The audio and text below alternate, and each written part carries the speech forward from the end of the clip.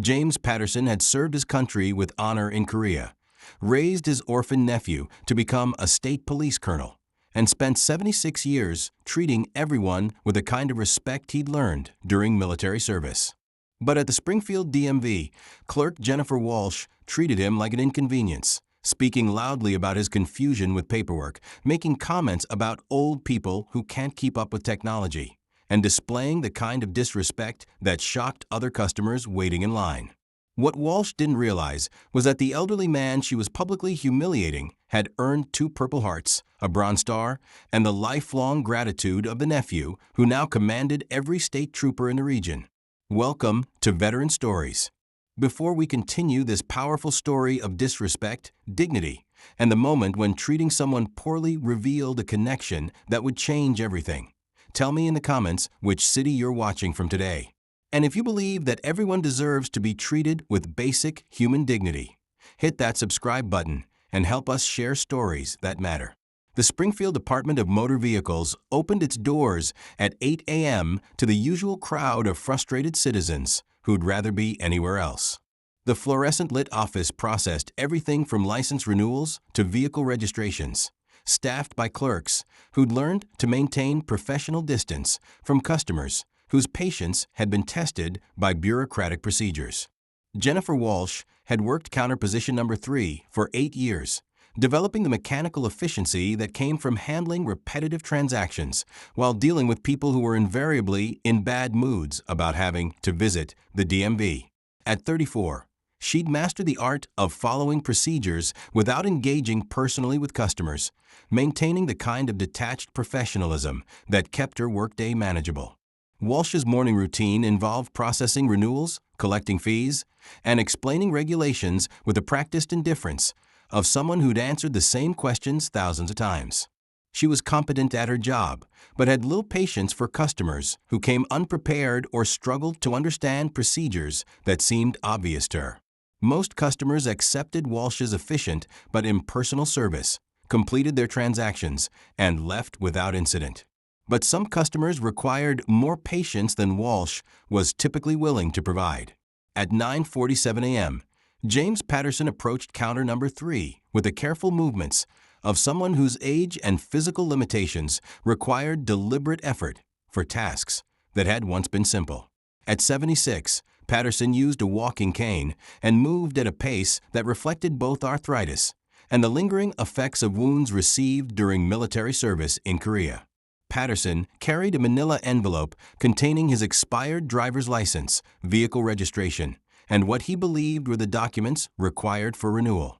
He'd received the renewal notice in the mail, but found the instructions confusing, particularly the references to new documentation requirements that hadn't existed during his previous renewals. Next, Walsh called without looking up from her computer screen. Patterson approached the counter slowly, set down his envelope, and pulled out his expired license with hands that shook slightly from age. "I need to renew my license," Patterson said politely. "I brought the papers I think you need, but the letter was a little confusing about what's required now." Walsh glanced at Patterson's expired license, noted the expiration date, and immediately adopted the impatient tone she used with customers who hadn't followed procedures correctly. "Sir, this license expired 6 months ago. You should have renewed it before the expiration date. Now you'll have to take the written test again and pay additional fees." Patterson looked confused. "I didn't realize it had been that long. My grandson usually helps me with these things, but he's been deployed overseas. Can you tell me what I need to do?"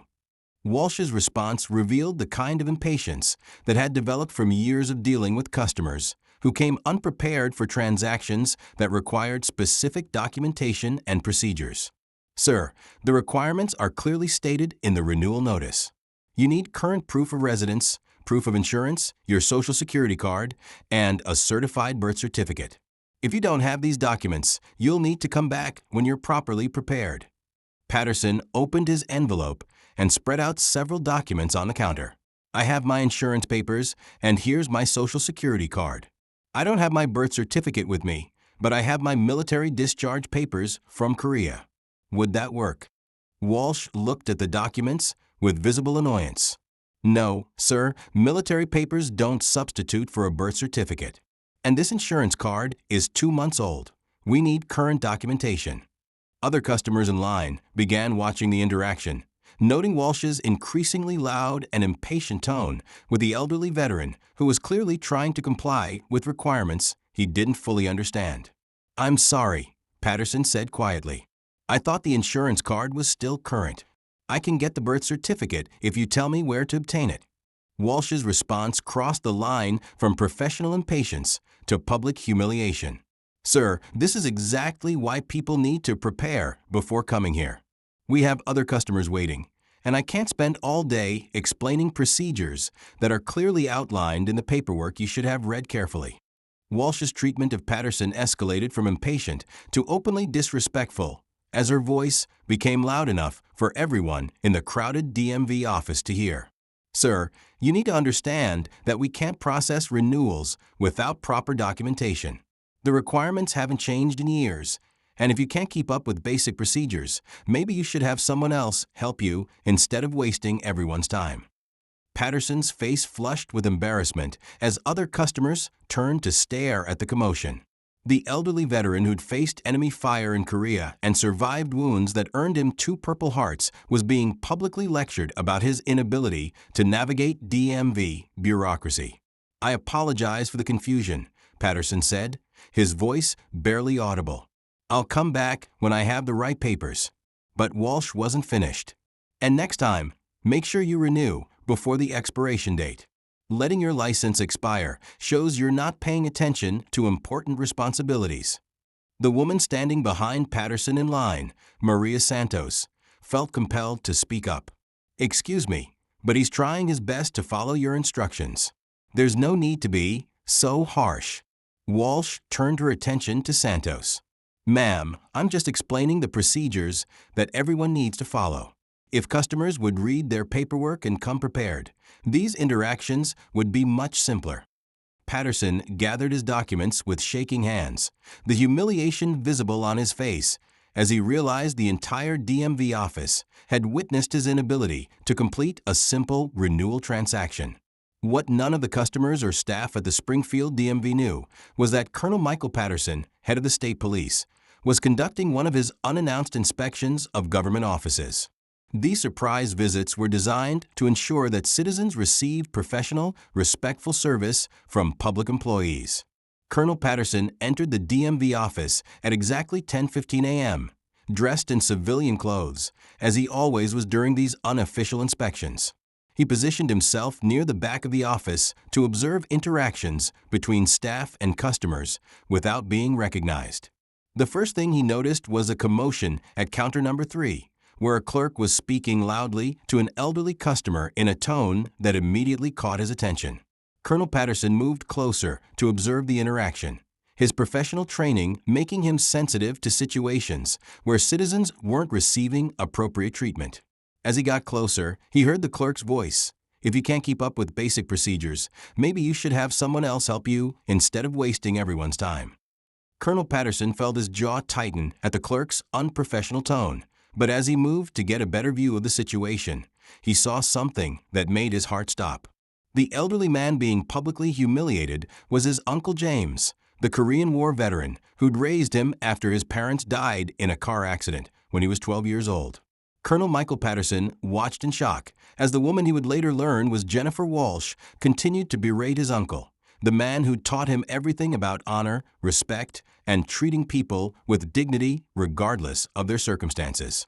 James Patterson had been more than an uncle to Michael. He'd been a father figure who'd guided a grieving boy through adolescence, paid for his education, and instilled the values that had shaped his law enforcement career. Uncle James had never asked for special treatment, never mentioned his military service to gain advantage, and had always taught Michael that a person's character was measured by how they treated others, especially those who couldn't help themselves. Now at 76, Uncle James was being publicly humiliated by a government employee who had no idea she was disrespecting one of the most honorable men Colonel Patterson had ever known. Colonel Patterson's first instinct was to intervene immediately, but his training told him to observe the complete interaction to understand the full scope of what was happening. He watched as Uncle James gathered his documents with trembling hands, his dignity intact despite the clerk's treatment. He watched other customers look away in embarrassment at witnessing an elderly veteran's humiliation. And he watched Jennifer Walsh return to her computer screen with a satisfied expression of someone who believed she'd efficiently handled a difficult customer. Colonel Patterson approached counter number 3. "Excuse me," Colonel Patterson said to Jennifer Walsh, his voice carrying the quiet authority that came from commanding respect rather than demanding it. Walsh looked up from her computer screen, noting the middle-aged man in civilian clothes who'd approached her counter. "Sir, if you're here for a transaction, you'll need to take a number and wait in line." "I'm currently processing. I'm not here for a transaction," Colonel Patterson interrupted, pulling out his state police identification. "I'm Colonel Michael Patterson, head of state police.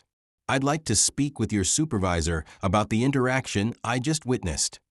Walsh's expression changed immediately as she realized she was facing the highest-ranking law enforcement officer in the state. "Sir, I was just following standard procedures with that customer." "That customer," Colonel Patterson said, his voice still quiet but carrying unmistakable steel, "is my uncle. James Patterson, Korean War veteran, Purple Heart recipient, and the man who taught me that every person deserves to be treated with basic human dignity." The color drained from Walsh's face as she realized the magnitude of her mistake. The elderly man she'd publicly humiliated wasn't just any customer. He was the beloved uncle of the most powerful law enforcement official in the state. "Colonel, I didn't know." "You didn't know because you didn't take the time to treat him like a human being deserving of respect," Patterson replied. "Where is your supervisor?" DMV office manager Carol Stevens arrived within minutes of being summoned, her professional composure intact until she realized she was dealing with the head of state police regarding a complaint about employee conduct. "Colonel Patterson," Stevens said, "what seems to be the problem?" Colonel Patterson explained what he'd witnessed, his account supported by several customers who'd observed Walsh's treatment of the elderly veteran. Stevens realized she was facing a serious situation that could have implications beyond her office.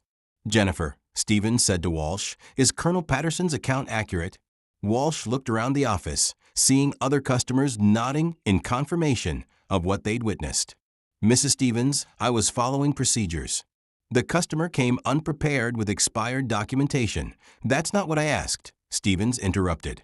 "Did you speak to this customer in the manner Colonel Patterson described?" Walsh realized she couldn't deny what multiple witnesses had observed. "I may have been firm about explaining the requirements." Colonel Patterson spoke directly to Stevens. "My uncle served this country in Korea, earned 2 Purple Hearts, and has been a law-abiding citizen for 76 years. He came here today seeking help with a bureaucratic process he didn't fully understand, and your employee treated him like an inconvenience to be publicly humiliated." Stevens understood that she was facing a situation that could have serious consequences for both Walsh and the DMV office if not handled appropriately. "Colonel, what would you like us to do to address this situation?" Colonel Patterson's response demonstrated the kind of leadership that had earned him respect throughout law enforcement and government service. "I want 3 things," he said. "First, I want Ms. Walsh to personally apologize to my uncle for her unprofessional conduct. Second, I want this office to review its customer service protocols to ensure this kind of treatment doesn't happen to other citizens. Third, I want to make sure my uncle gets the assistance he needs to complete his renewal without further hassle." Stevens nodded immediately. "Of course, Colonel. All of those things will happen today." Walsh realized that her job was likely at stake, but Colonel Patterson's next word surprised her. "Ms. Walsh," he said, turning to face her directly, "my uncle fought in Korea to protect the freedoms that allow you to work in a government office where you serve citizens who pay your salary. He's never asked for special treatment because of his service, but he deserves the same respect you'd want your own grandfather to receive." Walsh felt tears forming in her eyes as she began to understand the impact of her actions. "Colonel, I'm sorry. I didn't mean to be disrespectful." "You need to apologize to him, not to me," Patterson replied. "And you need to understand that every person who comes to this counter has a story you don't know. Your job is to help them, not to judge them. Colonel Patterson found his uncle sitting in the DMV waiting area, still holding his envelope of documents and looking defeated by the morning's experience. At 76, Uncle James had faced many challenges, but public humiliation had never been one of them. "Uncle James," Colonel Patterson said, approaching with Jennifer Walsh beside him. Uncle James looked up, surprised to see his nephew in the DMV office. "Michael, what are you doing here?" "I was conducting an inspection when I saw what happened at the counter," Patterson explained. "Ms. Walsh has something she'd like to say to you." Walsh approached Uncle James with a kind of nervous respect that comes from realizing you've made a serious mistake with serious consequences. "Mr. Patterson," Walsh said, her voice shaking slightly, "I want to apologize for the way I treated you today. My behavior was unprofessional and disrespectful. You deserved better service, and I'm sorry for embarrassing you." Uncle James looked at Walsh with a kind of grace that had characterized his entire life. "Thank you for apologizing. I appreciate that."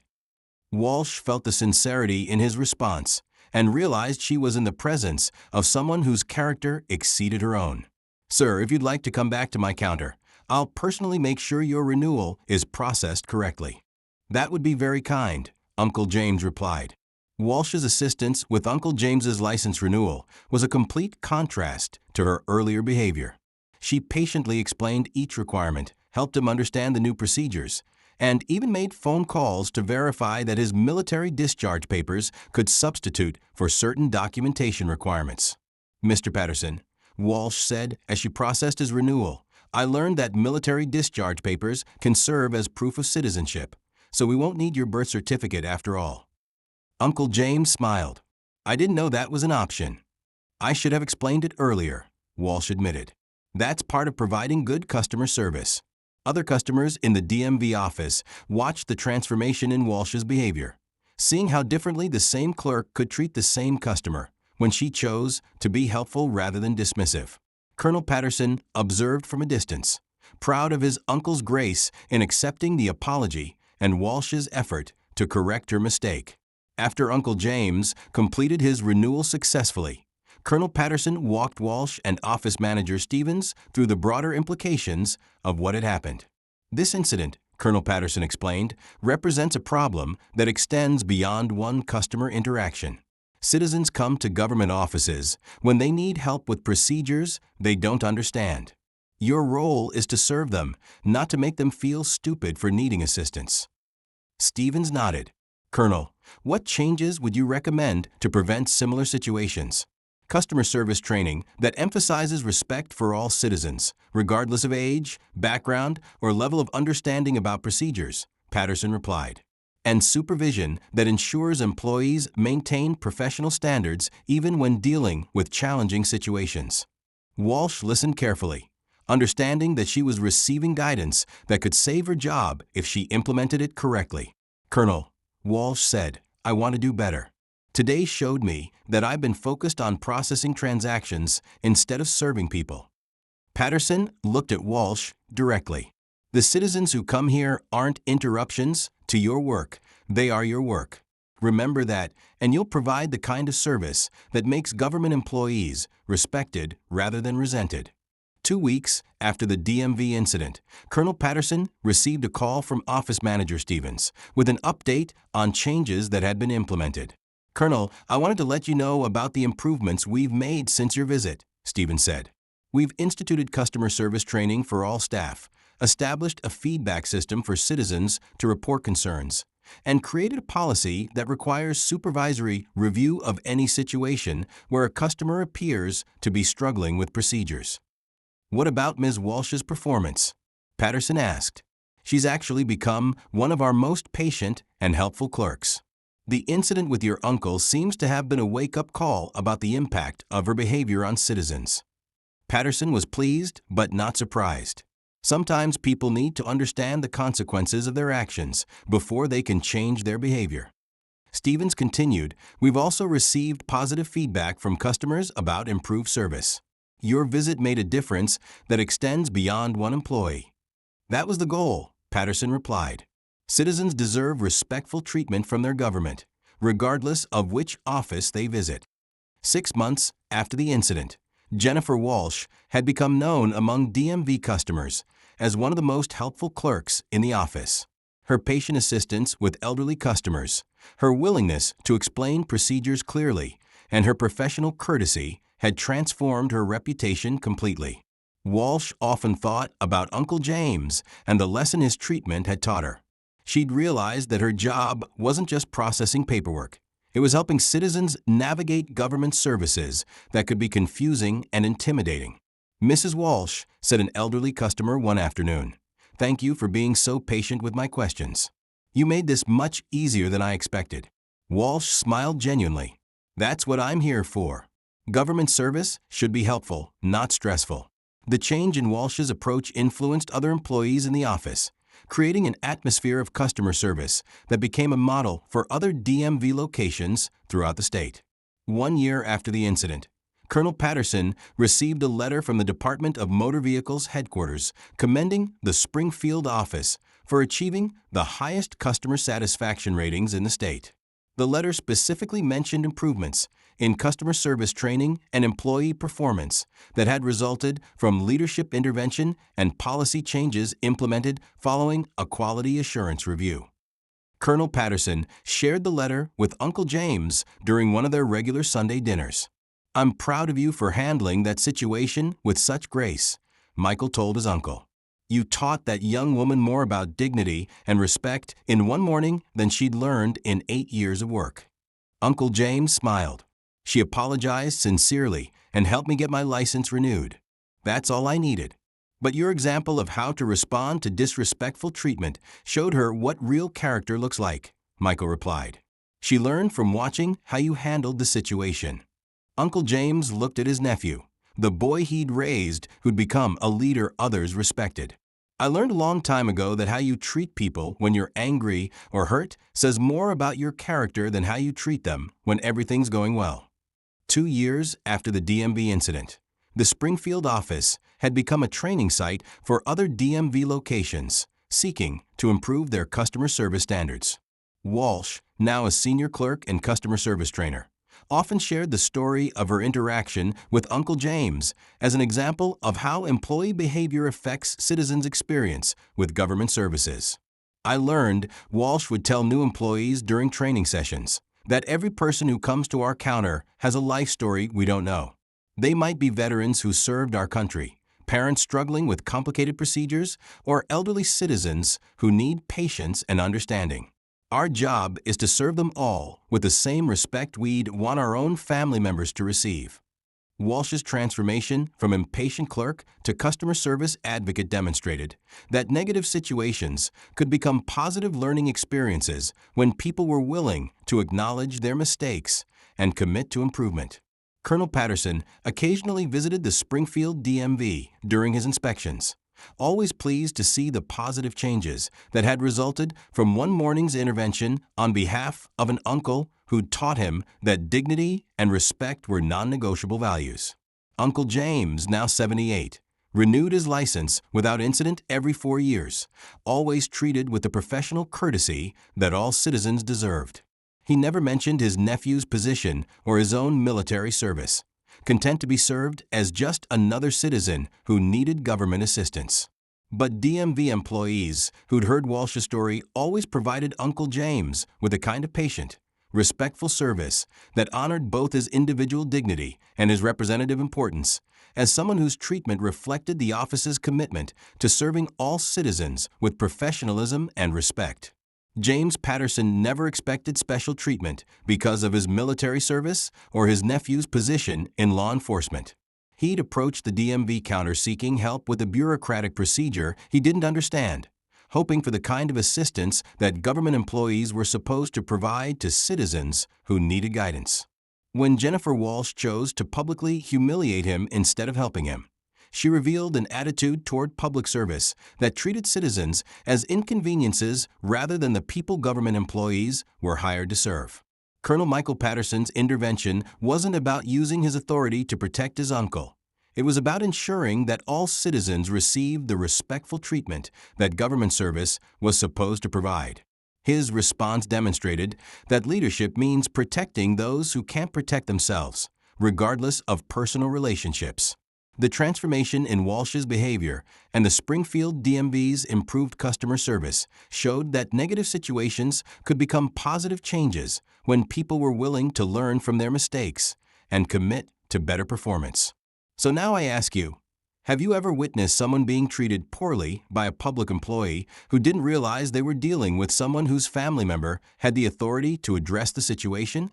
Someone whose quiet dignity deserved respect regardless of their connections? Share their story in the comments. Tell us where you're watching from. Because at Veteran Stories, we believe that everyone deserves to be treated with dignity and respect, and that true character is revealed by how we treat people who can't help themselves. Subscribe if stories like this matter to you, because every community needs people who stand up for those who are being treated unfairly. And every government office needs employees who understand that public service means serving the public with respect and professionalism.